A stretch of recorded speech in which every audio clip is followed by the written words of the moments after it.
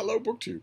I had actual, real-world, put-on-pants and shoes errands to run first thing this morning.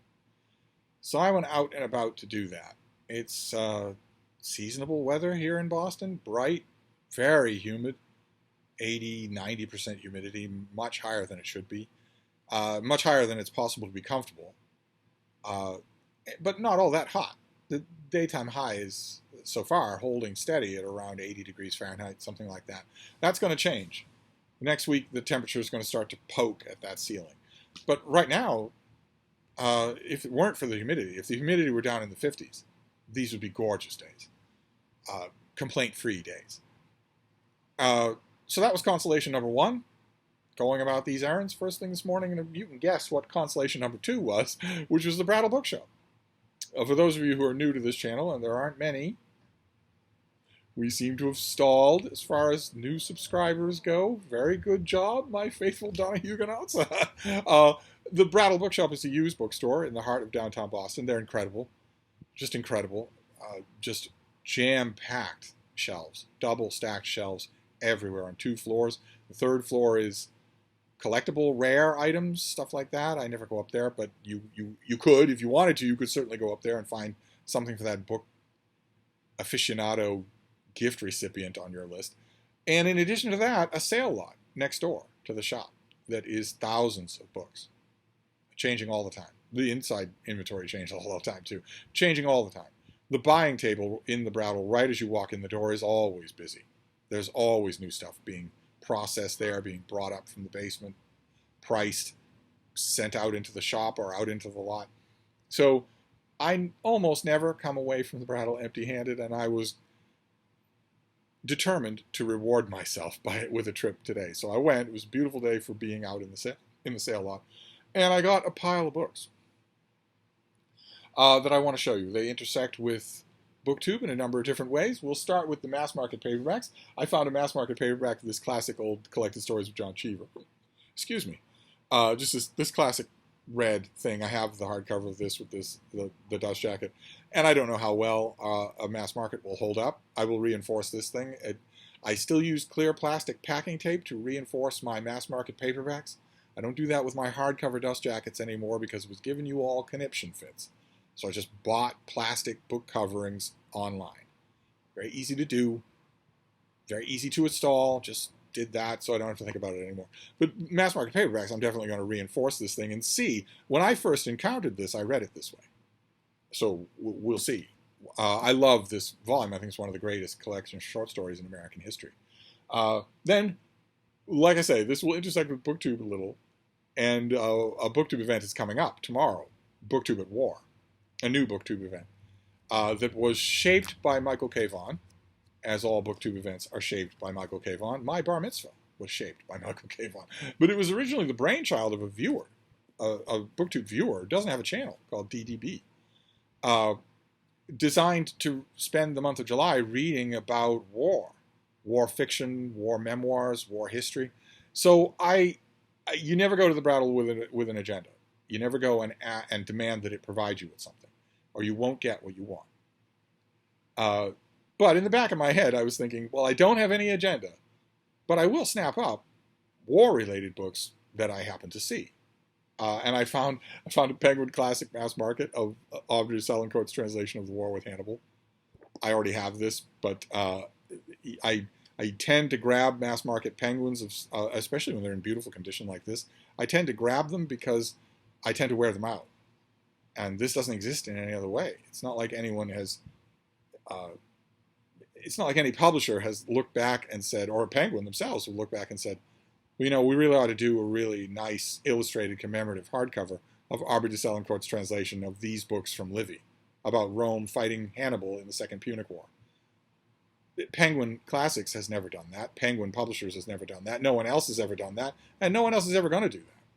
So, I grab these when I see them. And I admit, partially tempted to reread this Penguin Classic volume. Not Livy, but Aubrey de Selincourt's Livy. To reread, I've read this volume so many times. Why not read it again for BookTube at War? Why not? I will scarcely ever have better company. Then the other mass market that I found, this is edited by Stephen Wall. This is a collection of critical appraisals of Charles Dickens. And you've got really big names here. I don't know if this is going to list the names for me. This has T.S. Elliott, Walter Bagehot, Thackeray is in here, Wordsworth, Emerson, lots and lots of Dickens's own prefaces to his works. John Stuart Mill, George Eliot, yeah, Walter Bagehot is in here. James Stephen. I thought Chesterton was in here as well. Am I wrong about that? John Ruskin, Margaret Oliphant, Henry James, of course, Dostoevsky, Benjamin Jowett, the great translator of Plato, Trollope. Oh, yeah, there's lots of stuff. Okay, this goes on and on and on. Okay, great. And Ruskin is in here, and Matthew Arnold, a whole bunch of other people. This is fantastic. These sorts of things are fantastic. They, again, scandalously, usually for me, are preferable than reading Dickens. But then the War with Hannibal was not the only possibility that I got for BookTube at War. I found a few others.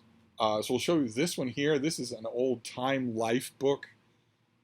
They did a series of trade paperbacks years and years and years and years ago. And those trade paperbacks are usually the most readily available paperback reprint of whatever the book is that's being reprinted. But they also tend to be in really crappy shape. The Time Life used a weird kind of binding glue and a weird kind of cover material. So that when you find those things, it's usually impossible to read them. They no longer retain any flexibility. You can't, if you open them, you will crack them.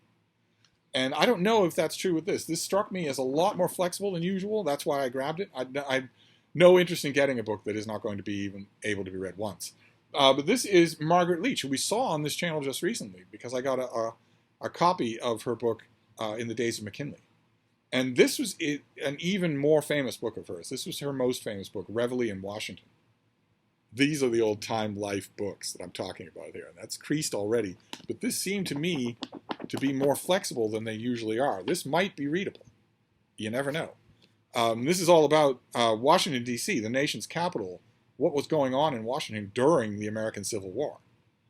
And it's terrific. It's just incredibly eloquent, like her other book. It's just incredibly eloquent. This is a bit of a gamble. I'd love to reread it for BookTube at War. I just don't know if this particular volume can withstand a reread. It's the only one that I have that doubt with. All the others are in fine shape. Like this next one, which I've had many, many times. I've had this in hardcover, UK hardcover, trade paperback, UK trade paperback, given it away a million times. This is Paul Fussell. This will also be for BookTube at War. This is his book, Wartime, about how people understood World War II. I have his big illustrated edition of his great book on World War I, and this is just another great work of this guy. He wrote so much of what he wrote is really, really worthwhile. He wrote a weird travel book that is still hilariously funny. But this will be for BookTube at War. I haven't read this in quite some time. I think I reread it once. What was the name of his travel book? Kind of wanting to know that now. Abroad is the name of his travel book. And he also wrote a book called Class that's also really funny. But when did this come out? 1989. Okay, so I read this when it came out. And I think I've read it since then once. But now I have another copy. I found another copy, so perfect timing for BookTube at War. Then this next book, I've recommended this on this channel. I praised it many times. I praised the daylights out of it when it first came out, long before there was a BookTube. When did you come out? When did you come out? 2004. So not only was this before BookTube, but it was before Open Letters Monthly. It was before I was back in the reviewing world. So all I could do when I loved a book was praise it to my friends and my customers. I didn't have any kind of a pulpit or a platform. But this also is set against the backdrop of war. This is Christian Cameron's book, Washington and Caesar. And the Caesar in question is a slave named Caesar. And when I first read this, 20 years ago, I was struck by the fact that the sections on Washington are that very elusive thing. They are really, really good Washington fiction. That almost never happens. Really good Washington fiction is even rarer than really good Washington biography. But like a lot of readers, I think the sections on Caesar really got to me more in the course of reading this book. And in the years since then, I found it a couple of times. Every time I find it at the Brattle for $1 or at a yard sale or something, I always grab it and reread it and then give it away. I talk about it and people immediately think, well, I've never seen that before. I'd love to have a copy. And I send it to them. But the one thing I know now that I haven't really been aware of, haven't really paid much attention to in previous rereads of this book, is that the author, Christian Cameron, is mindlessly prolific. He's got like hundreds of books to his name. I've never read a single other thing that he's ever written. He has a huge back catalog of other kinds of books. I get the impression that a lot of his other books are kind of guy's adventure type things and not anything. This is a serious historical novel, and it's tremendously good. I'm naturally curious now to pursue that angle. I wonder how many more of his books I might be able to find. But I was happy to get this one. This is a historical novel to keep, to reread. Then we have, our next three books are a little bit of a vein. Every once in a while at the Brattle, you will hit a vein, or you will create one yourself. And this is a little bit of both. Because I had 2 books on Benjamin Franklin here at Hyde Cottage. I had 2 books on Benjamin Franklin. And one of you was looking at old library tours of mine, and you saw them. I had them together, so they appeared in the same library tour. And one of you sang me a song that you really, really wanted them. You find Franklin more interesting than anyone. I don't blame you. And that you had no access to anything. No access, no used bookstores. Maybe one shelf in an Oxfam shop. It never changes. That's always bad. No used bookstores, and a natural caution against doing any kind of business online. And so could you maybe please, if I bat my eyes, send me those books? And when people do that, I'm not saying that you are all grabby opportunists, but when people do that, when they bat their eyes at me like that, it's advised. I mean, maybe I'm the biggest mark in the world. Maybe I'm making excuses for people who are just taking me to the cleaners. But I think it's advised. A lot of times when people do that, when they make a request for books of mine that I've shown on this channel, they're doing them in the specific understanding that not only is their own book-buying venues terrible, but that I have the Brattle, where things crop up. This, Washington and Caesar, this has probably never turned up at your used bookstore. This is like the 5th copy that I found at the Brattle. So I realize that that's true.